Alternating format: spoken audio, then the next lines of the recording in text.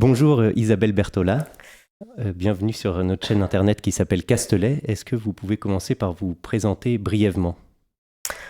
Alors, je suis Isabelle Bertola et je dirige le Centre national de la marionnette à Paris, issu d'une association qui s'appelle Théâtre de la marionnette à Paris et qui a été créée en 1992.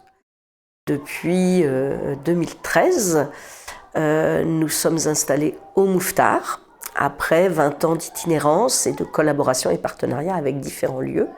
Nous avons pu nous implanter donc, dans le 5e arrondissement, dans ce théâtre. Et donc en 2022, le ministère de la Culture a labellisé notre association. Donc nous sommes devenus un des 7 centres nationaux de la marionnette. Très bien, merci beaucoup. On va parler un peu historique d'abord. Comment vous êtes arrivé au Mouffetard et comment est née cette idée en 80, 1992, au Mouffetard ou au Théâtre de la marionnette à Paris? Parce que nous sommes, toujours salariés du Théâtre de la marionnette à Paris. En fait, nous sommes une association qui a des enjeux depuis sa création, c'est-à-dire depuis 1992, qui est la promotion des arts de la marionnette par le biais de la diffusion de spectacles dans les murs et hors les murs, et également l'accompagnement à la création, quelquefois avec de la production, et quelquefois avec de l'accueil en résidence. Voilà, l'activité principale, elle est effectivement d'accompagner les artistes, de leur donner de la visibilité, de leur permettre de montrer leurs travaux et leurs spectacles, et également d'élargir le plus largement possible le nombre de spectateurs pour ces spectacles. Donc voilà ce qui nous anime au niveau de l'équipe. Donc de 1992 à 2013, nous avons proposé cette programmation dans des théâtres partenaires, à Paris et en proche banlieue. Et en 2013, en novembre 2013, la ville de Paris donc, nous a mis à disposition le théâtre Mouffetard, où aujourd'hui nous développons une activité, la plus grande partie de notre activité, mais le cadre de scène de ce théâtre et le fait qu'il n'y ait qu'une seule scène nous a à la fois contraint et en même temps permis de continuer les collaborations, les partenariats avec d'autres théâtres. Donc notre programmation a lieu dans le lieu, mais également ailleurs. Oui, lors de la BIAM par exemple. Pas uniquement lors de la BIAM, effectivement, lors des festivals, puisque nous organisons 2 festivals en alternance, mais également dans la saison. Nous avons souvent un partenaire avec lequel nous menons une série de représentations pour un spectacle qui nécessite un plateau beaucoup plus grand. Mais donc la structure qui vous emploie, c'est une association? C'est une association et c'est le Théâtre de la marionnette à Paris. C'est ça. Et qui fait partie de cette association? Comment elle a été créée Alors, l'association, elle a été issue du... Alors, le nom est un peu identique, bien qu'il représentait autre chose. Donc, du Centre national de la marionnette, qui est l'ancêtre de l'association Théma. Oui, Théma, c'est le regroupement, on a vu avec Pierre Blaise lors de voilà. dernier entretien. Mais à l'origine, c'était Centre national de la marionnette. Ce sont des artistes qui se sont regroupés et qui ont travaillé ensemble pour faire connaître justement les arts de la marionnette et entre autres le théâtre de marionnette contemporain pour adultes. Donc ils étaient peut-être, je ne sais plus exactement, mais entre 15 et 20 compagnies. Ils ont œuvré ensemble et ils ont créé un festival qui s'est appelé les Semaines de la marionnette à Paris. Petit à petit, il y a eu donc une délégation, une coordination générale pour développer ce festival. Donc la première, ce que j'en sais, hein, peut-être je me trompe, mais on va dire que peut-être j'ai les bonnes informations, je ne sais pas, était Françoise Letellier, qui est par la suite partie diriger une scène nationale. Et la seconde déléguée générale a été Lucille Bodson. Et Lucille Bodson a dû à peu près assurer 2 ou 3 éditions d'un festival qui s'est appelé donc les Semaines de la marionnette à Paris, que ce Centre national de la marionnette organisait. Et à l'issue de ces 2 ou 3 années, elle est arrivée au constat que si on voulait élargir le public, il fallait absolument pouvoir organiser des séries de représentations beaucoup plus longues, puisque dans le cadre d'un festival, souvent on fait 2, 3 dates, mais pas beaucoup plus. Et donc il fallait un théâtre permanent pour les arts de la marionnette à Paris.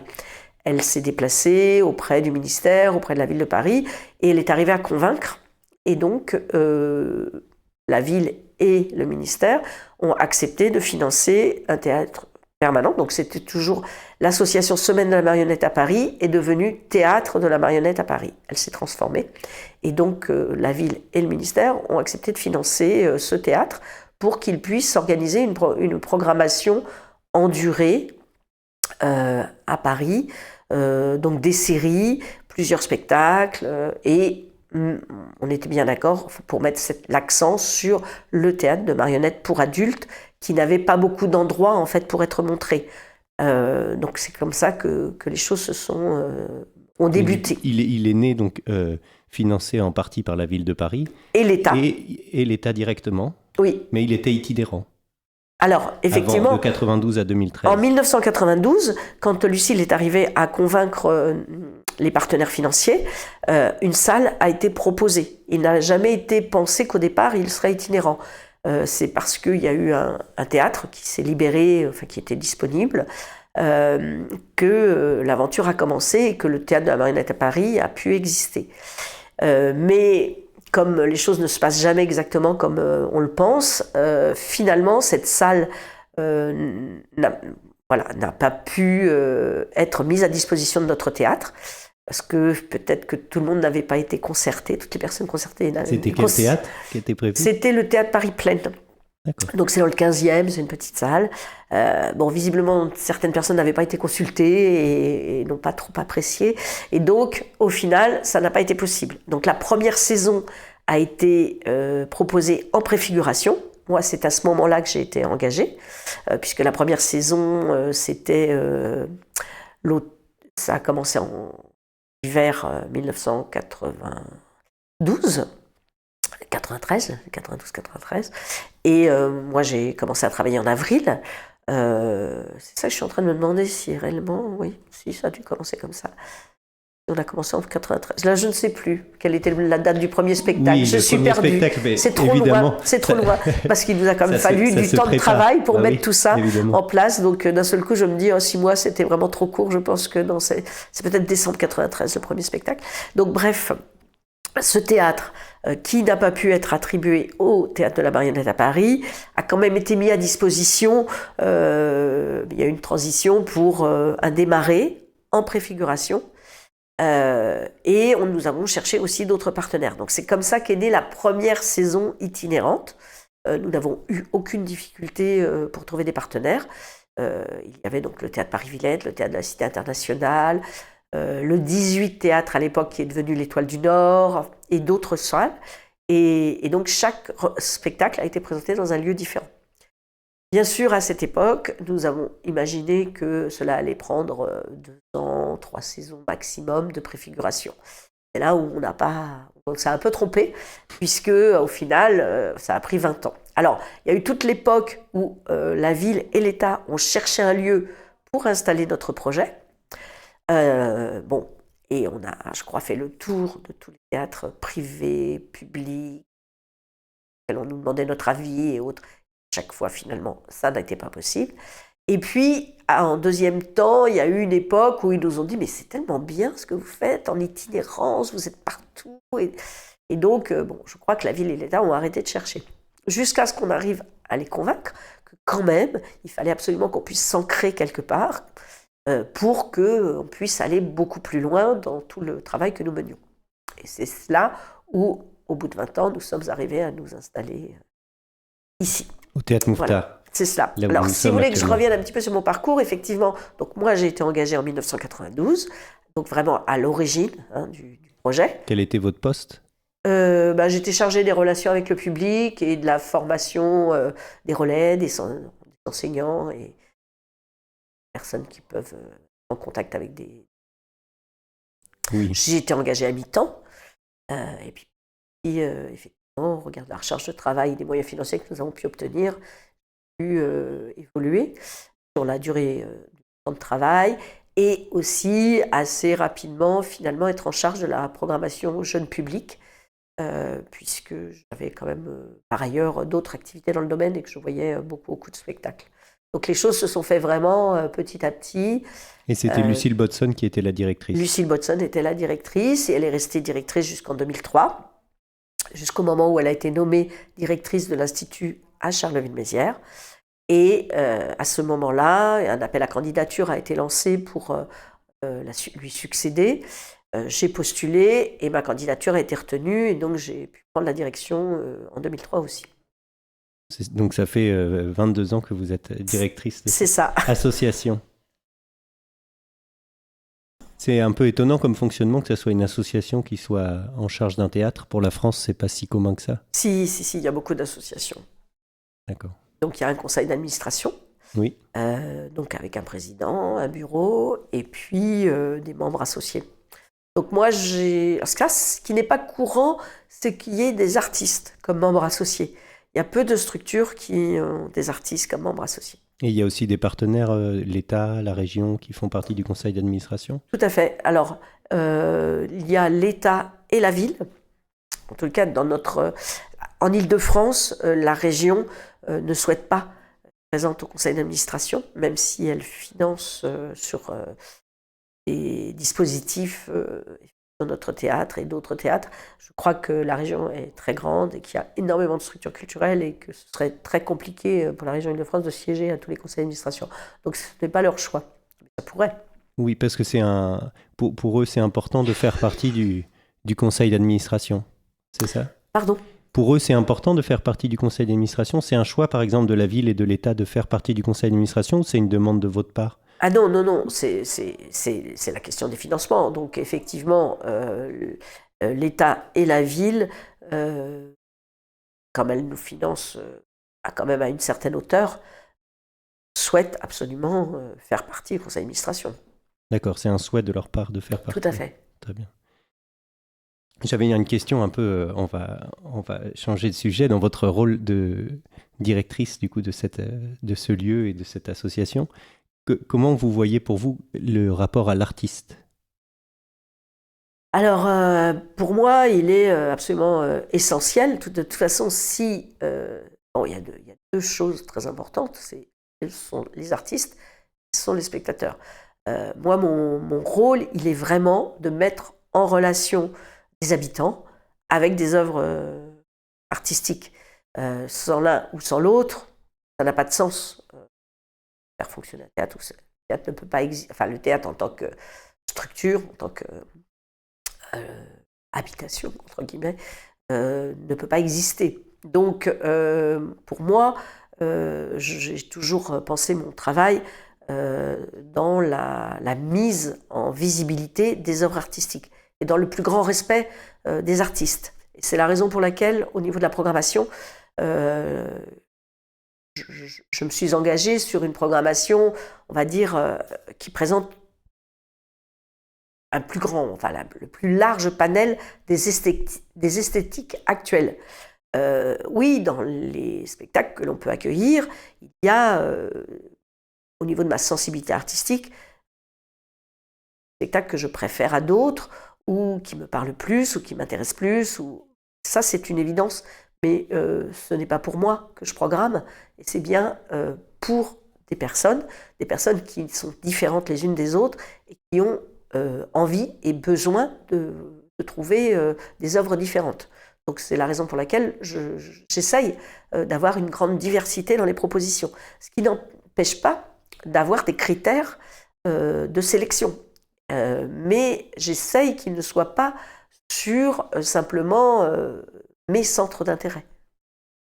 C'est pas difficile cette œuvre d'esprit de...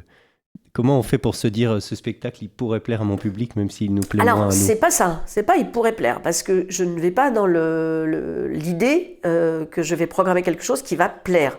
Je pars de l'artiste, c'est-à-dire que si l'artiste a envie de s'exprimer de cette façon, que pour moi c'est un travail professionnel, qualitatif dans la construction, dans l'écriture, dans la dramaturgie, dans le jeu, dans la manipulation, enfin tout dans le travail autour de la lumière. Ces critères sont remplis, ce spectacle a une raison d'être présenté à des publics. Mais en tous les cas, ce n'est pas pour courtiser un public. Donc ce n'est pas du tout pour que ça plaise. C'est parce qu'il me semble essentiel que ce travail artistique soit montré. Et effectivement, après, à l'équipe, à moi, de tout faire pour amener les personnes à le découvrir. Et le plus large, le public le plus large. Donc voilà, c'est vraiment dans cette démarche-là. Mais c'est pas dans l'idée, bon, je vais faire ça parce que ça va plaire, que ça va se remplir vite, etc. Moi, ça n'a jamais été ma préoccupation. Et même avec les partenaires, avec la ville, avec l'État, il n'y a pas une demande dans ce sens-là? La demande, c'est... Pas du tout. Vous arrivez à défendre cette idée que c'est la qualité et complètement. La ville et l'État ont envie, l'État, effectivement, il y a cette volonté de mettre en valeur et de permettre aux artistes de s'exprimer. Donc ça, il n'y a aucun problème avec ça. La ville a les mêmes préoccupations, plus peut-être également que les habitants, les Parisiens, accèdent au théâtre, évidemment, et qu'on mette toutes les démarches en place pour que, effectivement, ces personnes qui habitent la ville de Paris viennent. Oui, bien sûr, mais en tous les cas, je pense que ni la ville ni l'État n'ont envie qu'on présente la banalité ou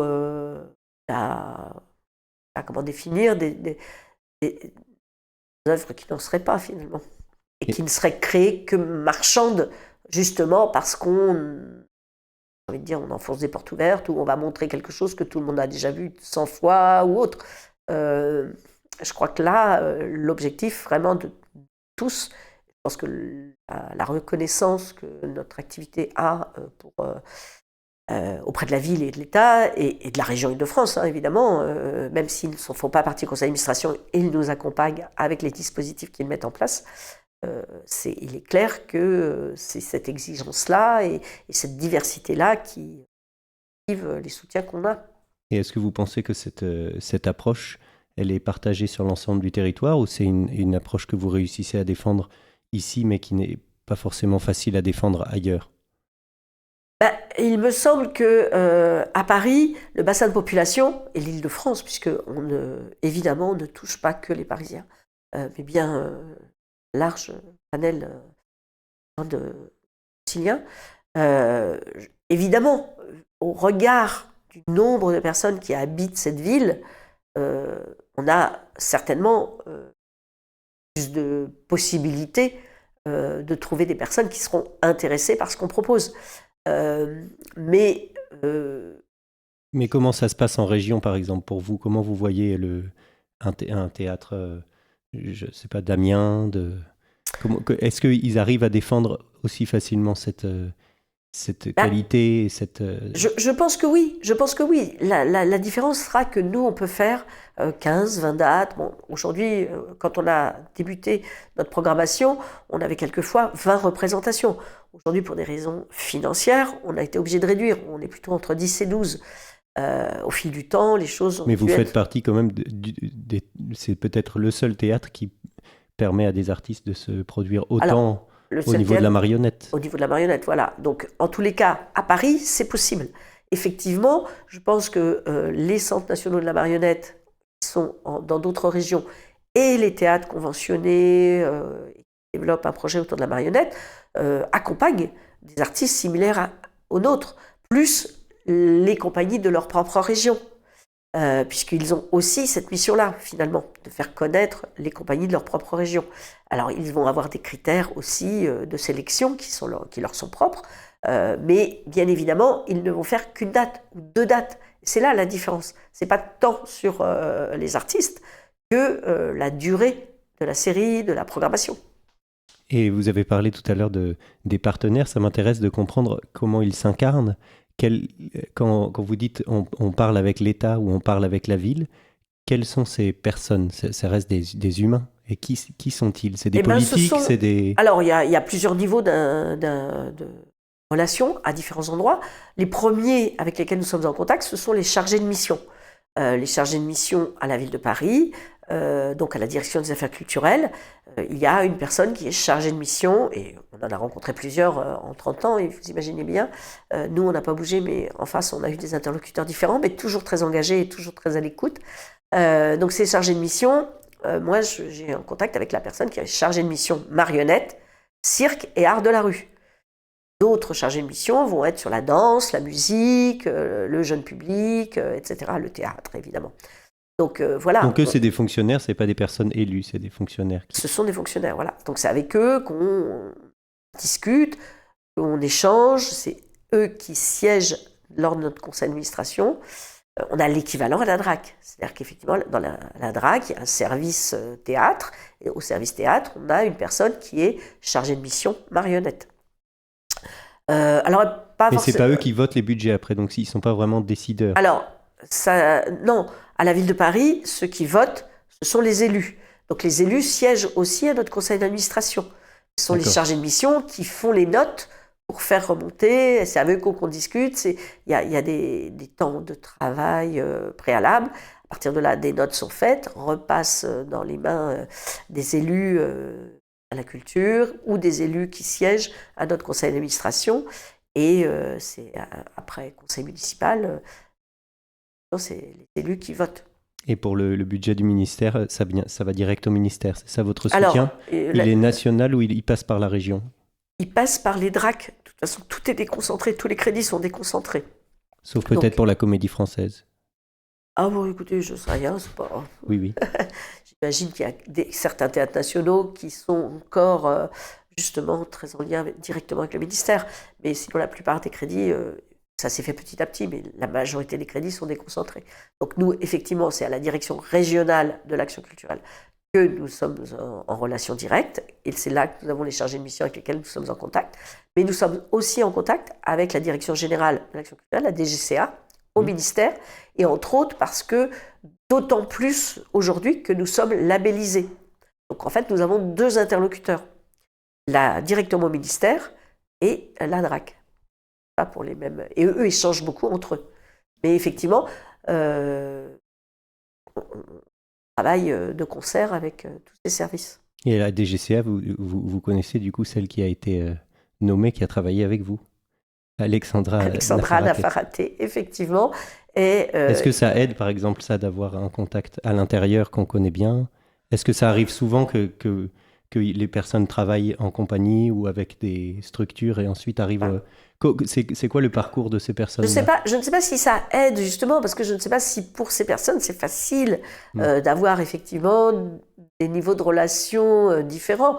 Je pense que certaines personnes arrivent mieux à se positionner à l'endroit où elles sont par rapport à, effectivement, et à dissocier, finalement. Et en tout cas, en ce qui concerne Alexandra, il n'y a eu aucun problème. Elle a pris son poste et elle s'est positionnée de manière très, très, très claire et a totalement distingué les relations qu'on pouvait avoir précédemment dans d'autres circonstances en fonction du chemin qu'elle a pu faire avant.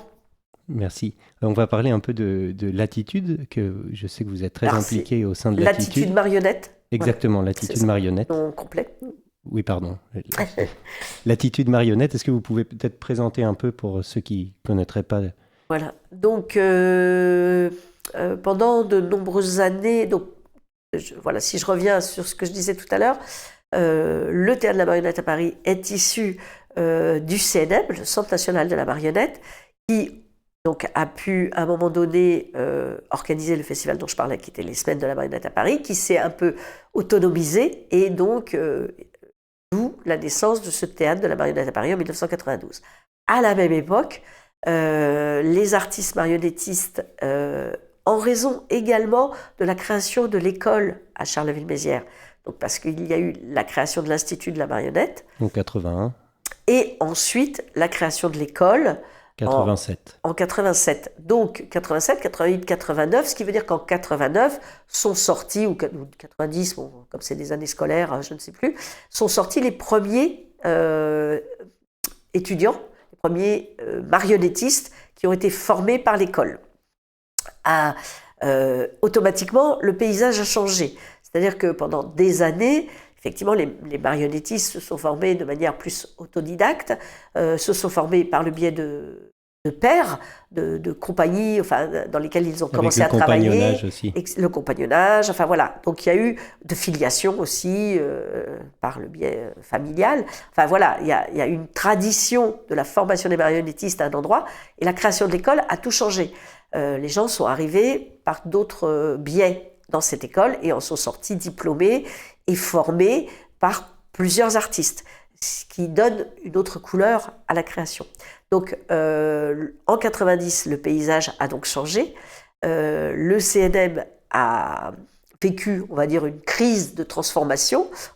Et effectivement, il y a eu la volonté de certains artistes d'ouvrir et de dire, bon, qu'est-ce que le théâtre de marionnettes ? Évidemment, le théâtre d'objets en fait partie de cette famille, mais se distingue par certains critères. Et c'est pour ça qu'ensuite, il y avait aussi ce théâtre visuel, ce théâtre d'image.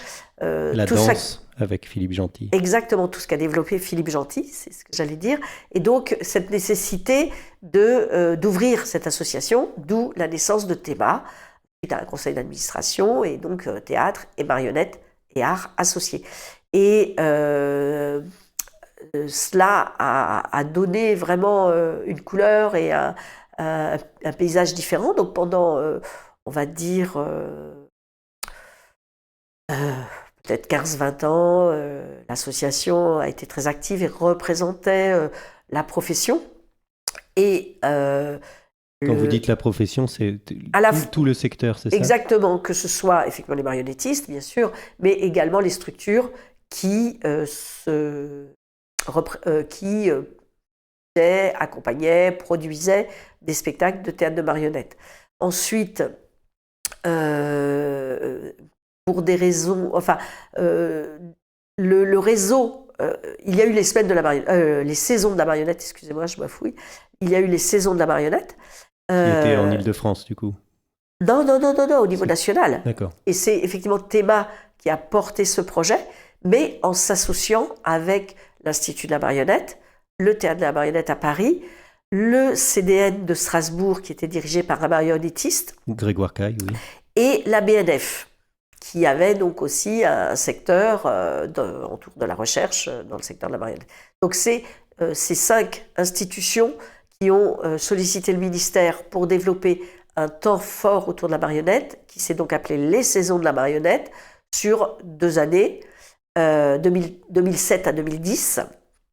Et ça a marqué une grande évolution, en fait, parce que pour mener ces saisons de la marionnette, nous avons mobilisé tous ensemble un grand nombre d'acteurs supplémentaires, entre autres des directeurs de théâtre, qui avaient un petit intérêt pour la marionnette, mais qui n'étaient pas forcément extrêmement engagés dans le secteur.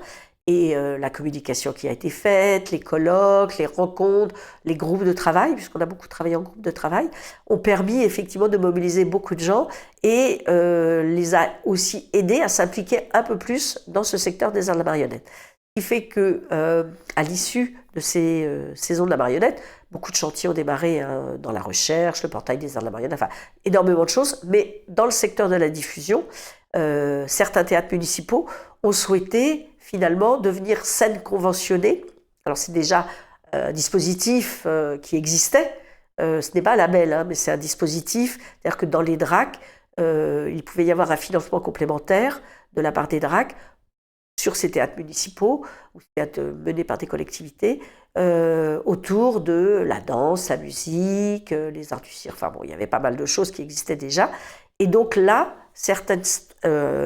le directeur du théâtre de Bourg-en-Bresse, puisque c'est lui qui avait lancé à l'époque, Wilfried Charles, a demandé à être scène conventionnée marionnette.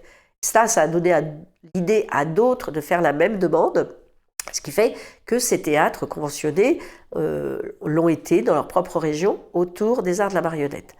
Ça a bien sûr changé le paysage, évidemment. Chaque fois qu'il y a des initiatives complémentaires, ça a permis de structurer un peu plus et de diffuser un peu plus encore les compagnies, les spectacles de ces artistes qui s'intéressaient et qui travaillaient beaucoup dans ce domaine. Et à partir de là... Vous avez fait cette demande aussi Non, la ville pas de du Paris, tout, parce non. que nous, on était théâtre dédié. Donc, nous, pas du tout. C'était pour ceux qui faisaient une partie de... Qui étaient pluridisciplinaires et qui avaient. Nous, on était déjà subventionnés par l'État, ce qui n'était pas forcément le cas des théâtres municipaux. Donc voilà, en tous les cas, ça a changé complètement le paysage. Nous avons continué, à l'issue des saisons de la marionnette, de nous réunir, de nous questionner sur les problématiques que nous rencontrions, sur les difficultés que nous rencontrions, sur les avancées que nous pouvions faire.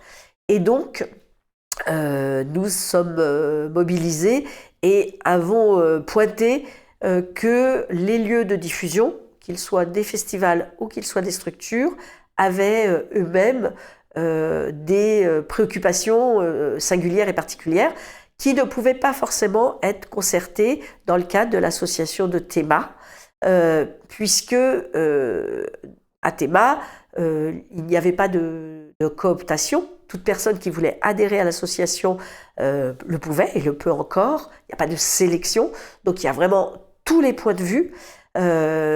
Et par contre, nous, en tant que directeur de lieu, il y avait une volonté effectivement, une exigence artistique qui ne nous permettait pas de défendre tous les spectacles qui se créent. Il y a bien sûr quelquefois des spectacles amateurs, des spectacles pour lesquels nous trouvons que artistiquement ils ne sont pas solides, et on avait besoin de se réunir entre nous, d'échanger entre nous autour de sélections, même si elles sont larges au niveau des esthétiques, mais par contre d'exigences artistiques, et on ne pouvait pas le faire au sein de Théma. D'où notre souhait de créer une association indépendante, et d'autant plus qu'il y avait aussi ce souhait de défendre politiquement, effectivement, la création d'un label. On s'est dit, il y a des labels dans tous les domaines, les derniers étant les arts du cirque, les CNAREP pour les arts de la rue, et on s'est dit, allez, montons au créneau. Et c'est vrai que Théma étant une très grosse association, recueillir le point de vue de tout le monde prenait énormément de temps, et on souhaitait vraiment pouvoir aller aussi un peu plus vite quelquefois, parce que quelquefois il faut réagir vite. Dès qu'on a une porte ouverte, il faut y aller, il faut foncer. On ne peut pas toujours attendre. Et comme nous étions moins nombreux, il était beaucoup plus facile d'obtenir un aval pour y aller. Et donc l'association a été créée. En quelle année du coup ? Alors, je pense que ça fait une dizaine d'années. Oui, parce que 2007-2010, oui, ça doit être 2013. Enfin, j'ai plus en tête exactement, mais entre les prémices et le moment où l'association a été créée. Vous avez décidé de mettre en commun toutes vos problématiques, peut-être pour pouvoir aller parler au ministère directement. Exactement. C'est cela. Et de se représenter. Est-ce que vous pensez du coup que Théma fait... Est-ce que les structures de diffusion et de production font encore partie de Théma, d'après vous, où il y a une scission qui s'est effectuée ? Je pense qu'il y a des gens qui n'ont pas compris, en fait, la pertinence de cette association. Je pense qu'ils se trompent. Ils vont pouvoir écouter là et peut-être se faire leur idée. On a discuté longtemps, et puis c'est des gens très bien, hein, je veux dire, des gens que j'apprécie énormément, mais je pense que quand même, il y a eu des désaccords, parce que certains pensent que ça a fait scission et que ça a provoqué une rupture. Moi, je pense que nous, tous nos théâtres sont au service des artistes, et donc cette rupture, pour moi, elle n'existe pas. Les activités des deux structures sont totalement complémentaires. Donc, pour moi, il n'y a pas de... Je vais en profiter. Et du coup, est-ce que vous pensez que ça serait pertinent que les artistes aussi puissent, par exemple, défendre leur... C'est-à-dire que Théma reste une association de secteur, et que tout le secteur fasse partie de Théma pour l'édition. Est-ce que vous pensez que c'est pertinent qu'à l'intérieur de cette structure, on puisse peut-être se dire que les marionnettistes, eux aussi, puissent défendre des choses aussi politiquement en tant que marionnettistes, ou est-ce que Théma reste l'endroit des marionnettistes Non, je pense que Théma, effectivement, c'est tout un secteur. Je pense que les musées adhèrent aussi à Théma, et dans nos structures, plusieurs structures adhèrent aux deux. Donc, parce que les enjeux sont différents. Mais les partages et les échanges sont essentiels. Donc, il n'y a pas d'opposition. Est-ce que les artistes pourraient faire une structure? Est-ce que ça serait pertinent vis-à-vis du ministère ou de... Moi, je ne pense pas, parce qu'ils sont déjà au sein de Théma. Qu'est-ce que ça apporterait de plus Peut-être comme vous, c'est-à-dire comme Théma est une grosse structure qui a beaucoup de voix à l'intérieur, peut-être que les artistes auraient une nécessité de parler entre eux de problématiques artistiques. Moi, j'en sais rien, c'est à eux qu'il faut le demander. Mais effectivement, il me semble qu'il y a plusieurs collèges à Théma. Il y a même effectivement des collèges maintenant qui sont, enfin je ne sais pas si c'était vraiment des collèges dans l'association, mais en tous les cas des collectifs qui se sont créés, comme le collectif des constructeurs. Enfin, il me semble que, enfin, je ne vois pas ce qui pourrait défendre de plus ailleurs que dans Théma. Parce que la différence, c'est effectivement, nous, on se coopte. C'est-à-dire que on choisit, c'est l'association qui choisit les personnes qui peuvent entrer dans l'association, parce qu'on a le sentiment que les objectifs sont les mêmes, que les enjeux sont les mêmes, que les engagements sont les mêmes. Donc nous, on mène ce travail-là. Mais par ailleurs, Théma, c'est ce que je disais tout à l'heure, qui est une association qui produit beaucoup de choses et qui est très active et très importante. Il n'y a pas de cooptation. Donc tous les artistes peuvent y être. Et effectivement, dans le conseil d'administration de Théma, qui est un très gros conseil d'administration, il y a beaucoup de membres, tous les sujets peuvent être développés. Donc les artistes qui souhaitent porter effectivement des revendications politiques peuvent le faire à cet endroit-là. Mais vous n'aviez pas votre place, vous avez dû faire votre structure. C'est pas qu'on n'avait pas notre place, c'est qu'il y a des sujets qu'on ne pouvait pas aborder. Oui, c'est pour ça que j'ouvrais Alors après, moi, question. Ça, c'est aux artistes qu'il faut poser la question. Oui. Est-ce qu'ils ressentent le besoin de se réunir dans un collectif plus petit? Franchement, je n'en sais rien. J'invite tous nos auditeuristes à lire la charte de l'attitude marionnette, qui est très claire et qui explique bien le fonctionnement. Voilà. C'est vrai que quand on a créé l'association, pour nous, il a été essentiel de poser des mots. Donc nous avions fait un séminaire où on a précisé les enjeux de cette association, ce qu'on voulait y faire, comment on voulait l'employer, où est-ce qu'on voulait aller. Et effectivement, il était pour nous important d'avoir un vocabulaire commun et une attitude commune vis-à-vis de l'accompagnement des artistes, puisque c'est le cœur de notre travail. Et c'est la raison pour laquelle on a écrit cette charte. J'aimerais juste qu'on parle un peu des critères. Vous avez évoqué au début des critères qui permettaient de juger de la qualité d'un travail selon vous, mais peut-être... D'apprécier un travail. D'apprécier un travail. Je ne le juge pas. D'apprécier un travail. Excusez-moi pour mon vocabulaire. J'ai pas lu assez attentivement la charte. Non, ça m'intéressait de savoir si vous sectionnez vraiment, vous regardez un projet selon plusieurs critères. Comment vous faites, par exemple, pour apprécier un travail? Quel est votre petit modus operandi? Alors, une des choses qui m'intéresse, c'est déjà l'objet, le propos du spectacle. Son rapport à la société actuelle, son engagement dans le contexte dans lequel nous sommes. Ensuite, il y a bien sûr l'écriture du spectacle. Quand je parle d'écriture, il va y avoir le texte évidemment, mais également la dramaturgie, le rôle des différents médiums, c'est-à-dire le travail de la lumière, le son, la manière dont le texte est dit. Voilà. Il y a bien sûr les présences des artistes sur le plateau, cachés ou non, et de quelle manière ils sont là. Et ensuite, effectivement, comment tout ça fonctionne ensemble et où on nous embarque. Ce qui est quelquefois un peu délicat, c'est de mesurer en fonction du démarrage du projet. C'est-à-dire, si on est sur une première représentation, si on est sur une représentation au bout de 20 fois, 25 fois, 30 fois, il est évident que le résultat n'est pas le même. C'est extrêmement rare. Première représentation, public, soit absolument même niveau à tous les endroits. Par contre, au bout de 10, 15, 20, bon après ça dépend des personnes, ça dépend des artistes, etc. Ça dépend de la distance entre les représentations. C'est-à-dire que si effectivement quelqu'un joue 20 fois en 3 ans, c'est pas du tout la même chose que s'il joue 20 fois en 2 mois.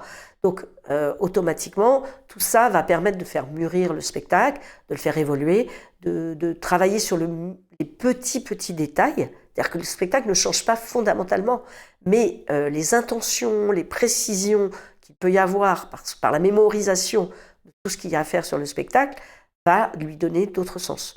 C'est là où il faut, nous, de notre côté, en tant que programmateur, bien mesurer. Si le spectacle a duré 50 fois et ne fonctionne toujours pas, bon, il y a d'autres problèmes. Ils ont eu de la chance pour jouer 50 fois. Oui, c'est un exemple qui est effectivement un peu abusé. Mais effectivement, je veux dire, et si effectivement, voilà, s'il a joué que 3 fois en 2 ans, les choses, ça ne veut pas dire que ce n'est pas un bon spectacle, même s'il y a encore des choses qui ne fonctionnent pas. Et c'est là que c'est très, très, très subtil et très complexe, et il faudrait effectivement, on le sait bien, et c'est pour ça qu'on travaille sur la question de la production de plus en plus en incluant la diffusion. C'est-à-dire qu'il ne suffit pas de produire un spectacle. Une fois qu'il existe, s'il n'a pas de date derrière, en dehors de la première, il ne va pas d'abord être vu pour avoir d'autres retombées, mais il ne va pas non plus pouvoir grandir, pouvoir se développer, pouvoir se préciser. Et c'est ça qui va le rendre fragile, finalement. Donc aujourd'hui, c'est la raison pour laquelle on se préoccupe vraiment OK, pourquoi pas accompagner une création, mais quels sont les autres acteurs qui vont l'accompagner pour qu'il ait la visibilité, mais aussi qu'il puisse réellement aboutir. Et ça, c'est compliqué parce que si on parle là-dessus et qu'on se dit, bon, bah, ce spectacle, il y a juste 3 dates, donc je ne vais pas l'accompagner, bah, il ne verra jamais le jour. Donc on est pris comme dans quelque chose où on se dit, mais non, mais il est vraiment intéressant. Il faut que j'y aille, effectivement, bon, ça va démarrer doucement, mais j'y crois. Voilà, il y a beaucoup de subtilités à avoir pour choisir. Il faut être très attentif. Et justement, c'est pas le jugement.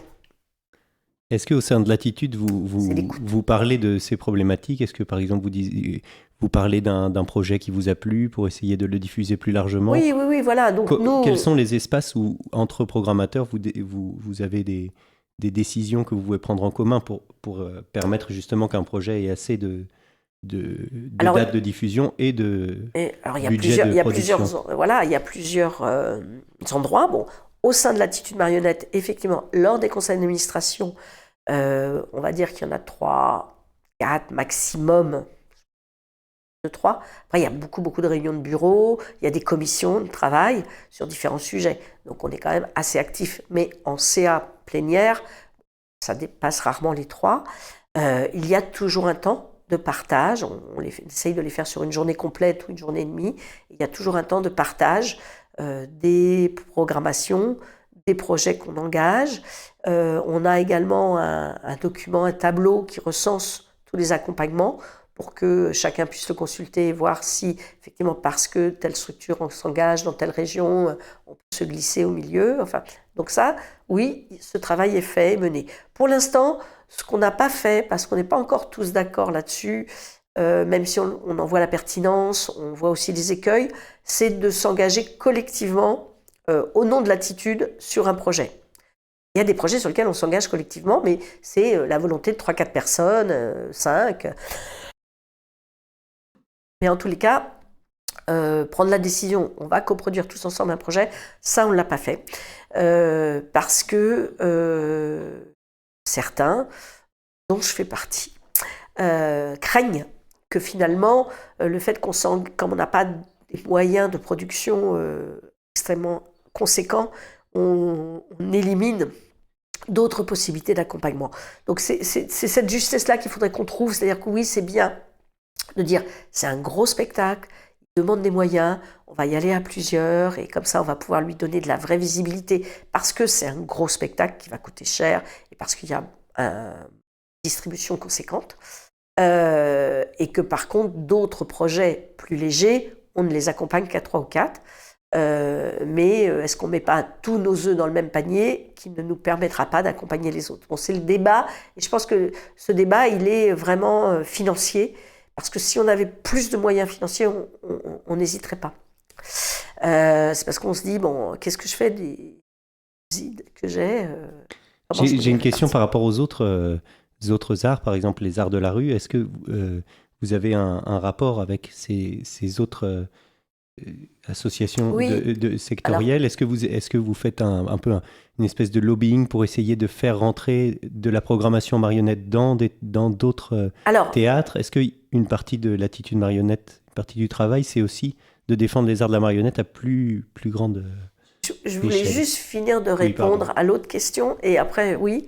Donc, je disais, au sein du CA de l'attitude, il y a des échanges. Mais il y a d'autres endroits. En fait, en région, il y a également des espaces en fait, de partage et d'échange, de construction de tournées. En Ile-de-France, il y en a en Normandie, il y en a dans le Sud-Ouest, et il y en a en Bretagne. Enfin, voilà. Donc, on ne le fait pas qu'au sein de l'attitude. Mais bien sûr, les membres de l'attitude qui sont présents dans ces réseaux-là sont très actifs pour faire connaître ces spectacles de marionnettes et leur permettre de créer aussi à l'échelle des départements, enfin des régions, la circulation. Donc ça, c'est pour dire. Et après, il y a l'association, il y a l'organisme qui est l'ONDA, l'Office national de diffusion artistique, qui lui-même organise un grand nombre de réunions de programmateurs pour qu'il y ait des partages, des échanges et des tournées d'organiser internationales, puisque c'est un peu plus compliqué. Ça permet d'accompagner la création de ces tournées et de ces échanges et de ces partages et de ces engagements. Voilà. C'est pour dire que l'attitude marionnette est un endroit effectivement de partage, mais pas uniquement. On est aussi très impliqué dans plein d'autres réseaux. Alors, sur la connaissance et la rencontre avec les autres arts, oui, bien sûr, on va dire que ça a un petit peu toujours existé en fonction des intérêts des uns et des autres, de leur programmation. C'est-à-dire qu'il y a effectivement des théâtres conventionnels, des scènes nationales qui s'intéressent beaucoup à la marionnette, mais qui s'intéressent aussi beaucoup au cirque, qui s'intéressent aux arts de la rue, qui ont un festival des arts de la rue, enfin, etc. Donc le croisement, il se fait naturellement par le biais de ces structures-là.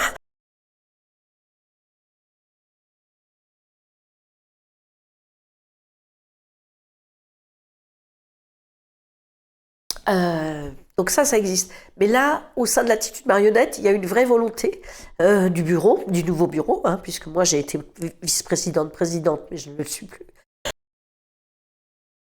de provoquer encore plus de rencontres et de croisements. Et au dernier CA de l'attitude qui a eu lieu à Laval, l'année dernière,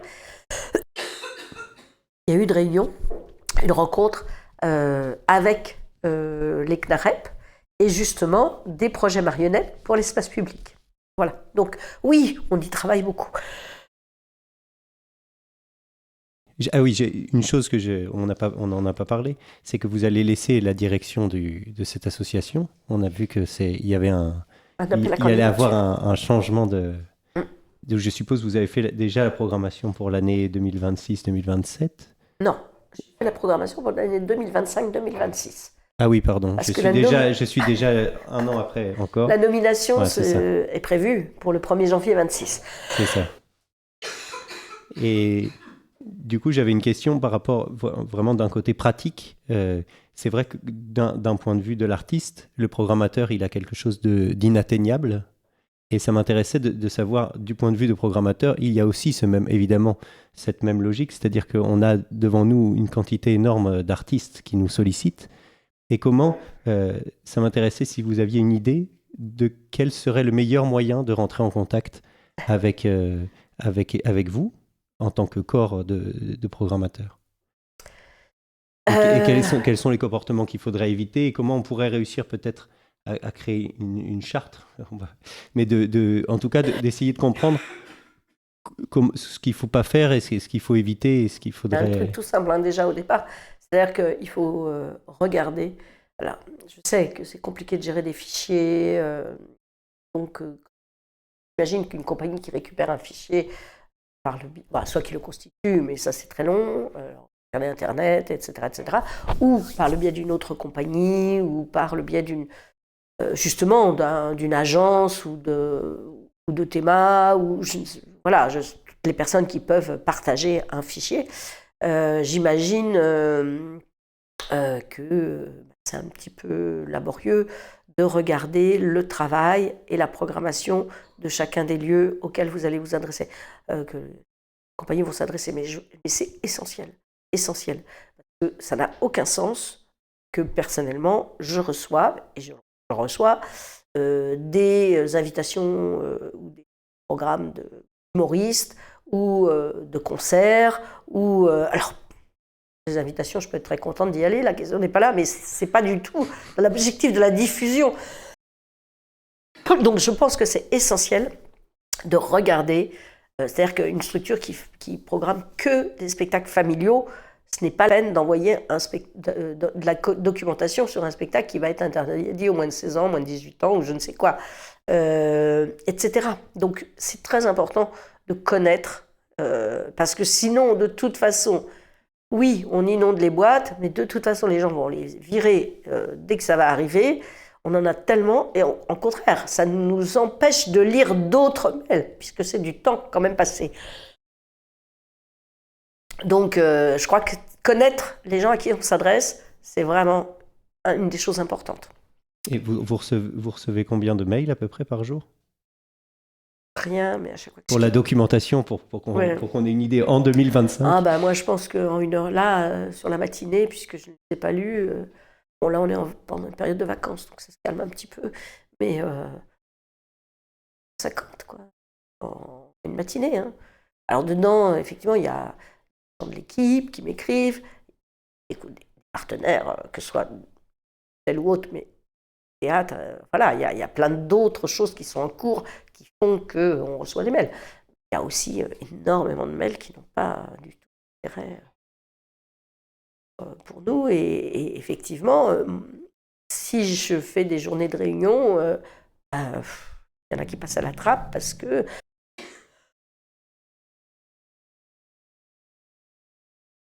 j'arrive pas le lendemain à absorber 2 journées de mails. Il y a aussi un peu du hasard, c'est-à-dire si on envoie un mail un jour de réunion, il faut connaître et la programmation et le calendrier de la personne à qui on envoie des mails. J'avais une autre... Non, c'est pas ça, parce qu'on essaye. On les lit un peu tard. Oui, Et de toute façon, on en reçoit beaucoup trop pour pouvoir les lire tous attentivement. J'avais une question aussi par rapport à la posture, c'est-à-dire est-ce que vous vous placez dans une posture de « j'attends qu'on me propose quelque chose » ou est-ce que vous avez encore le temps et la liberté d'être chasseur, c'est-à-dire de dire « je vais chasser quelque chose » ? Alors, en tous les cas, ce qui me concerne, oui. J'aime bien voir, ça c'est sûr, et j'aime bien la relation. Donc, je pense que j'ai cette particularité-là, je ne sais pas si tout le monde le fait. Au regard des échanges que j'ai avec les artistes, je pense que je suis... en tous les cas, parmi les personnes qui se déplacent le plus, clairement. Et effectivement, dès qu'il y a une occasion d'aller voir un spectacle en Île-de-France, même s'il faut faire quelques kilomètres, je le fais. Dès qu'il y a une occasion, et si j'ai la possibilité d'inscrire dans mon emploi du temps un déplacement, même en région et autres, je le fais. Alors évidemment, pour des raisons économiques, on va privilégier les moments où on peut voir plus de spectacles, c'est-à-dire les temps de festival, c'est sûr. Mais personnellement, sur des spectacles finis, j'ai souvent fait des déplacements pour un seul spectacle. Après, sur les sorties de résidence, en Île-de-France, si mon emploi du temps me le permet, j'y vais. Si en région, ça va être des projets sur lesquels j'ai déjà envie de m'engager. Ça peut m'aider à le faire ou à ne pas le faire, au final, mais c'est donc déjà que j'ai un intérêt, parce qu'on ne peut pas se déplacer pour toutes les sorties de résidence. C'est pas possible. Et vous avez parlé de l'école de Charleville tout à l'heure. Ça m'intéressait de savoir quelle place ont ceux qui sortent de l'école dans votre réception des projets. Quand même un grand nombre. Donc la première étape en quelque sorte, puisque moi pareil, je me rends à Charleville régulièrement, alors bon, le festival évidemment, mais également sur en fin de deuxième année sur la création des solos, qui permet de voir vraiment le travail individuel, et souvent en fin de troisième année sur des projets collectifs. Bon, ils ne prennent pas toujours tous la même forme, il y a eu plein de choses différentes, mais bon, voilà. Moi, j'essaye de me déplacer sur ces 2 temps. Je ne l'ai pas fait sur toutes les promotions, période où ça n'a pas été possible, mais majoritairement, je l'ai fait. Donc ça, c'est une chose. Donc ça permet vraiment d'identifier les personnes. Ensuite, soit j'ai repéré des solos qui m'intéressent et je les inscris dans le programme des scènes ouvertes à l'insolite, qui est donc notre festival où on présente des jeunes artistes. Je le disais tout à l'heure, nous avons 2 festivals en alternance. Donc les années paires, on organise les scènes ouvertes à l'insolite. Les années impaires, la Biennale internationale de la marionnette. Donc les scènes ouvertes à l'insolite, c'est vraiment le festival des premières fois. Donc majoritairement, ce sont des jeunes. Il peut y avoir quelqu'un qui change de métier. J'ai envie de dire un constructeur qui va faire un spectacle, même s'il a 50 ans ou autre, pourrait s'inscrire dans ce programme.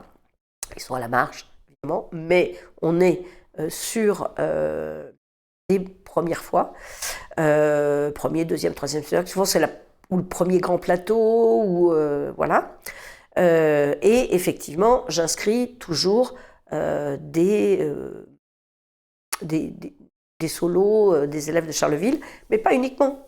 Je peux aussi programmer des élèves qui sortent du théâtre au Manu, ou l'édition dernière, nous avons programmé des élèves qui sortaient de l'école de Mons, qui est une nouvelle école en Belgique. Voilà, donc là-dessus, il y a une attention particulière, et ce festival le permet, puisque nous sommes sur des artistes qui ne sont pas du tout repérés pour la plupart, et comme nous programmons des parcours, c'est-à-dire qu'on vend un billet pour voir plusieurs spectacles, bon, c'est pas trop engageant, et en par ailleurs, puisque dans la même soirée on peut voir plusieurs choses, c'est assez motivant pour effectivement des professionnels qui pourraient venir. Donc il y a ce festival, il est vraiment pensé de mise en visibilité de personnes de l'émergence, de gens qui démarrent. Voilà. Donc ça, la place, elle est là principalement. Et ensuite, si on regarde toutes nos programmations, nous avons souvent suivi et accueilli les spectacles suivants ou troisième ou autres dans le cadre de la programmation en série au théâtre et avant en itinérance. Je peux donner énormément d'exemples de compagnies dont on a accueilli les spectacles. Et puis, quelquefois, on a fini par accueillir des spectacles dans le cadre de la BIAM. Voilà, là, cette année, il y a par exemple Julien Mélano. On a accueilli son premier spectacle.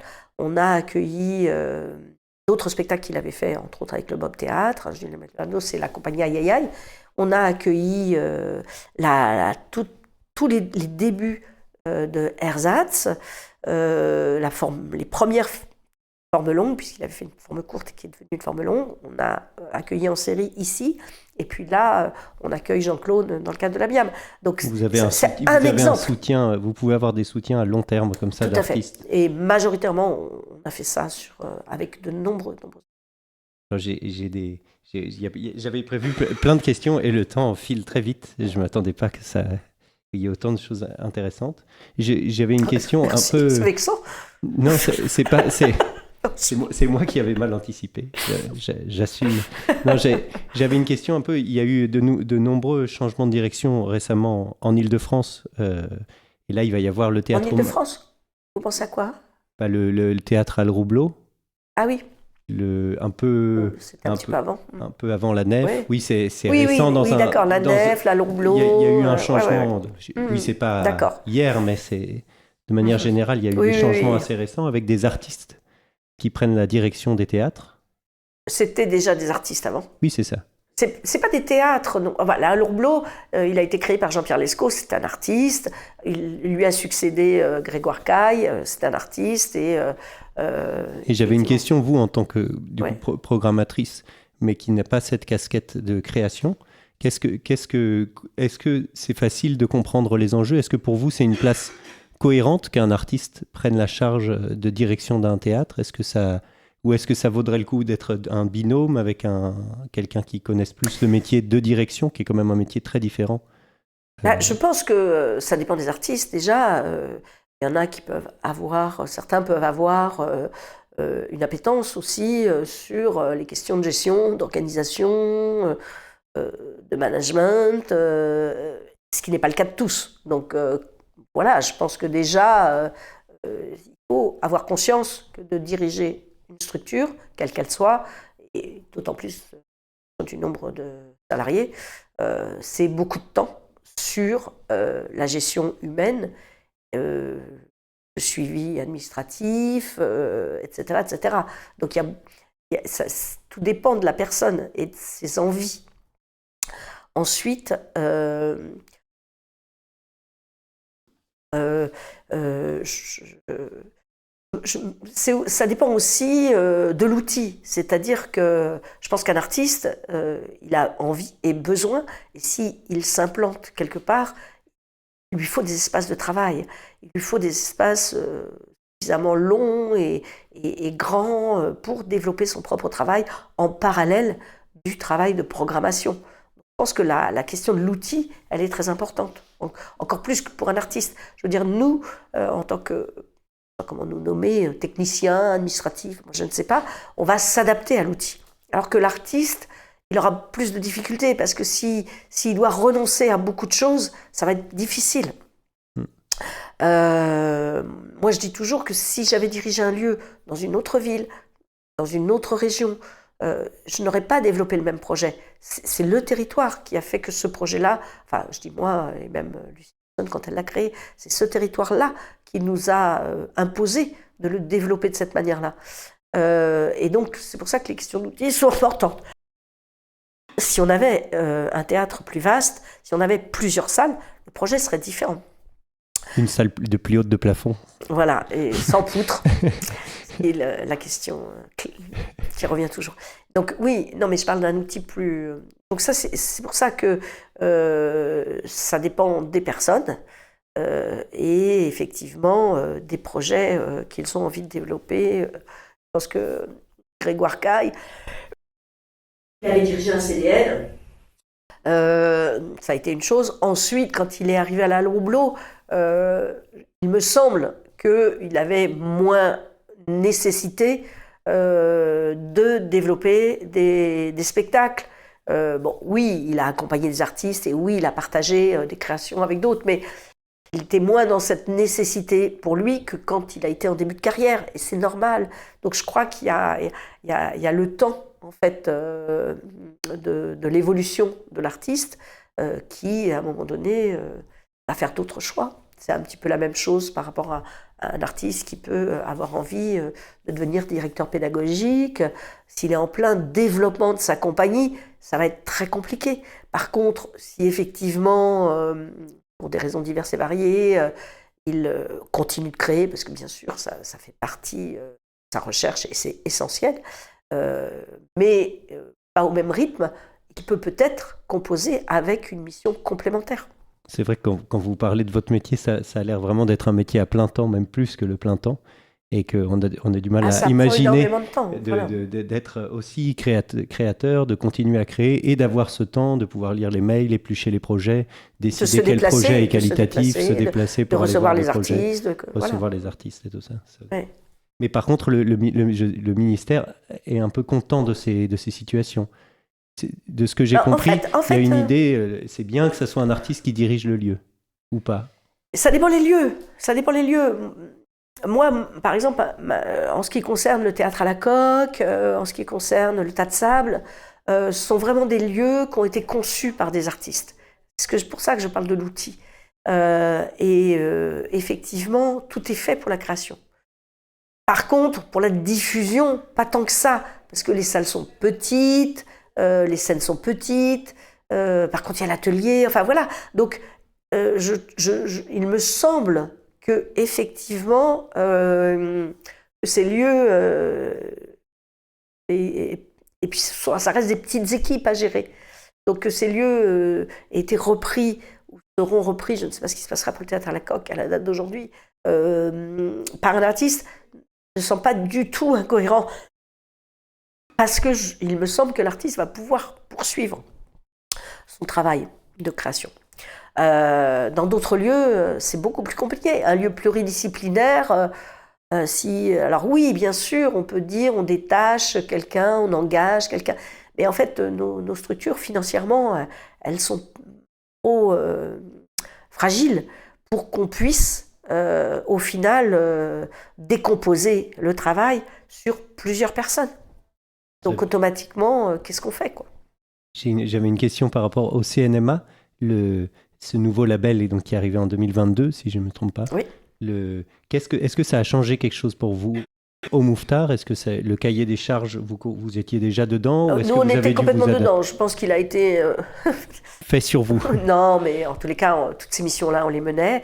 La seule chose que nous n'avions pas, et qui a été posée comme telle parce que les marionnettistes l'ont demandé, c'est qu'il y ait un atelier près du plateau pour justement les temps de création. Donc ici, ça n'est pas possible, il n'y a pas d'espace. Il y a d'autres lieux qui l'ont construit parce qu'ils pouvaient, parce qu'il y avait de l'espace. Ici, bon. Dans cette salle, c'est un peu petit. Il n'y a pas que la salle, mais il n'y a pas tellement d'espace autour non plus. Et comme on était déjà en étroite relation avec le Théâtre Manu, c'est dans le cadre de cette convention partenariale que l'utilisation de l'atelier que le Théâtre Manu a, on a inscrit... On a répondu à ce critère-là, de la même manière qu'il y avait déjà donc, une programmation de stages amateurs communes, beaucoup d'échanges avec les élèves qui vont au Théâtre Manu avec notre centre de ressources. Les journées ouvertes à l'insolite aussi. Alors voilà, et le partage autour des scènes ouvertes à l'insolite, autour de la Biennale, où effectivement c'est un espace de programmation qui permet de compléter l'offre de programmation que peut faire le Théâtre Manu seul. Et que nous, on peut apporter ce soutien-là.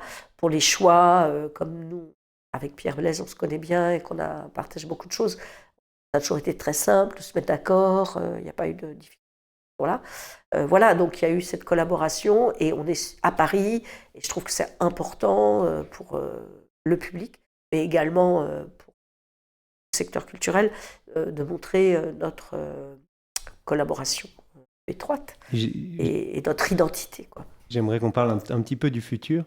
Je sais qu'il y a donc les deux postes de direction. Pierre Blaise aussi s'en va du Théâtre Manu, vous en allez du Théâtre Mouffetard. Est-ce qu'il y a une idée d'une scission politique? Une scission ou une fusion? Pardon, je fais le geste de fusion et je dis scission. Non, une fusion entre les deux lieux. Qu'est-ce que vous en pensez? Je pense qu'effectivement, le concours de circonstances de nos départs au même moment à peu près, un tout petit peu, moi, un an avant, oui. Voilà, a fait germer l'idée au sein de la ville et de l'État de penser à renforcer finalement la collaboration et le partenariat. Alors, comment faire? Effectivement, est-ce que c'était lancer des offres de candidature complètement indépendantes et ensuite de questionner les personnes qui seraient en poste sur ce rapprochement? Bon, ce n'est pas le choix qui a été fait. Le choix a été posé de tout de suite, d'emblée, partager cette idée. D'où les deux offres de candidature où dans les deux sont mentionnés le partenaire. Ensuite, mais cela, ça ne se fera pas tout de suite, évidemment. Il va falloir du temps. Donc, au mieux, en janvier 27, et 28, je ne sais pas, le temps le dira, en fonction des nominations, en fonction de comment les choses vont se mettre en place. Par contre, visiblement, il a été important pour la ville et l'État déjà l'inscrire pour que la personne qui se projettera sur un des deux postes, que ce soit la direction du CNMA ou que ce soit la direction pédagogique, chacune est bien en tête que de toute façon, il y aura un rapprochement où il y a une volonté de l'État et de la ville qu'il y ait un rapprochement, pour que les gens ne soient pas pris de surprise si on les informe par la suite en disant « Ah oui, mais voilà ce qu'on voulait faire ». Mais vous en pensez quoi, vous, personnellement ? Moi, je pense que ça peut être très intéressant pour plein de raisons. Je ne vous cache pas qu'on est un peu inquiet de l'évolution et de ce qui va se passer politiquement. Évidemment, il y a des mandats qui arrivent, là, il y a des renouvellements, que ce soit au niveau de la ville, que ce soit au niveau de l'État, qui sera élu à la ville de Paris, enfin qui sera un maire, qui sera... quelles seront les préoccupations de l'équipe municipale, quelles seront les préoccupations du gouvernement en 2027. Et on sent bien que là, il y a énormément de tensions au niveau des finances. Et je pense qu'on est plus fort ensemble que séparés. Donc, une des conditions qui a été posée par nos deux présidents qui ont beaucoup échangé ensemble, c'est qu'il n'y ait que ça ne se termine pas par une réduction financière ni une réduction du personnel.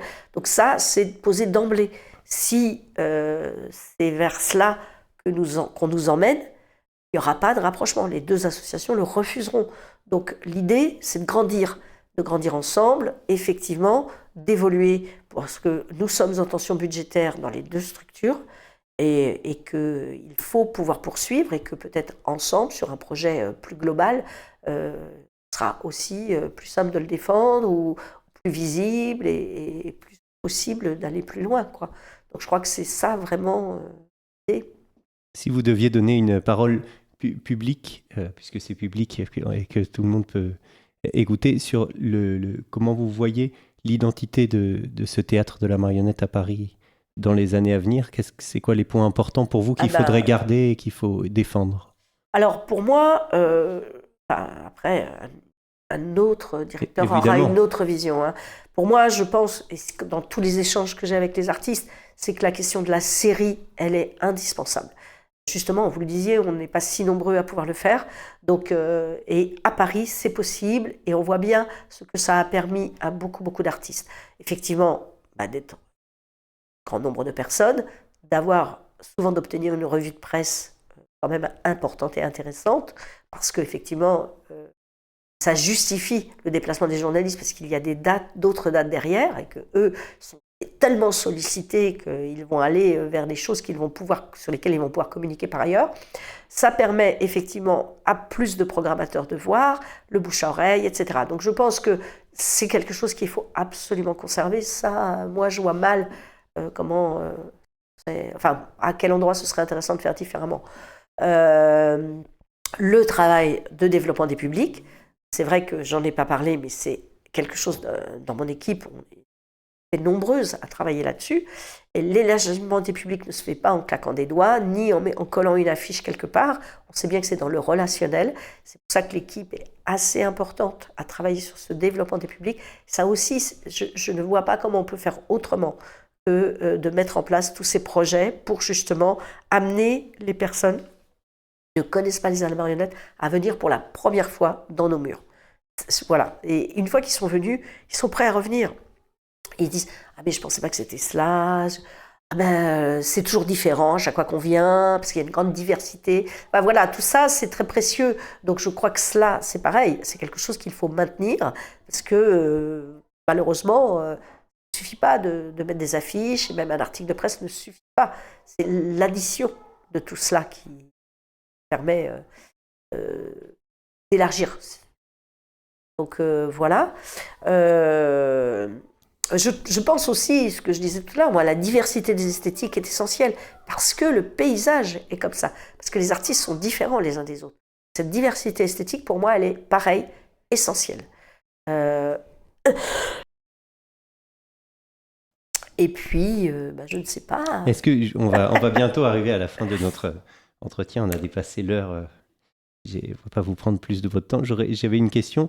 Il y a quelqu'un une personne, disons, de 18 ans qui voit cette interview et qui se dit « ça m'intéresse ce métier de programmateur, de directeur de structure », quel conseil vous lui donneriez vers quoi s'orienter pour réussir à arriver là où vous en êtes arrivé, vous? Alors, je pense que c'est aller voir énormément de spectacles. Il n'y a que ça. Et pas aller voir que les spectacles qui vont nous plaire. Je crois que c'est pas comme ça la formation. Et moi, les personnes que je connais, les jeunes que je connais et qui me semblent le plus à même à faire le même métier que moi, c'est justement la curiosité. Plus ils vont voir la diversité, plus ils vont voir tout ce qui existe, plus ils pourront se forger un avis et être au bon endroit au niveau de la programmation. Donc ça, il n'y a rien d'autre que déjà aller voir énormément de choses, forger son capital de connaissances. Après, le deuxième, je crois qu'il y a plein de formations très intéressantes. Nous, on est en partenariat, entre autres, avec l'Institut d'études théâtrales à la Sorbonne Nouvelle. Il y a des masters qui sont passionnants, où ont beaucoup d'interlocuteurs qui sont des professionnels. Et je pense, j'ai le sentiment, puisque j'ai eu l'occasion d'avoir en apprentissage des personnes qui suivaient ces masters, puis après de les engager par la suite sur une année ou deux jusqu'à ce qu'ils passent à d'autres postes. Et je crois que c'est une formation très solide, donc celle-ci, elle est très intéressante. Après, il doit y en avoir d'autres. Moi, c'est celle que je connais le mieux, parce que nous-mêmes, nous travaillons beaucoup avec eux, mais je crois qu'il y a des masters en production. Et sur la spécificité de la marionnette, est-ce qu'il y a des clés qu'on peut... sur la marionnette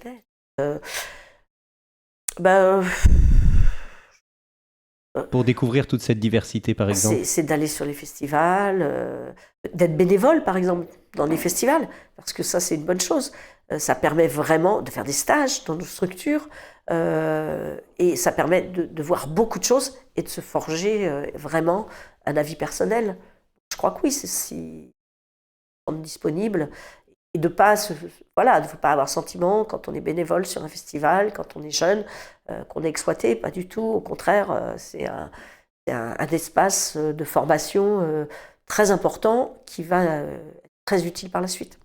Est-ce qu'il y a un point que vous auriez aimé aborder, qu'on n'a pas abordé, quelque chose que vous voulez laisser comme ça dans le futur de la mémoire moi, j'ai travaillé et je travaille encore quelques mois pour cette structure de manière assez passionnée, en fait, et dans cette relation avec les artistes.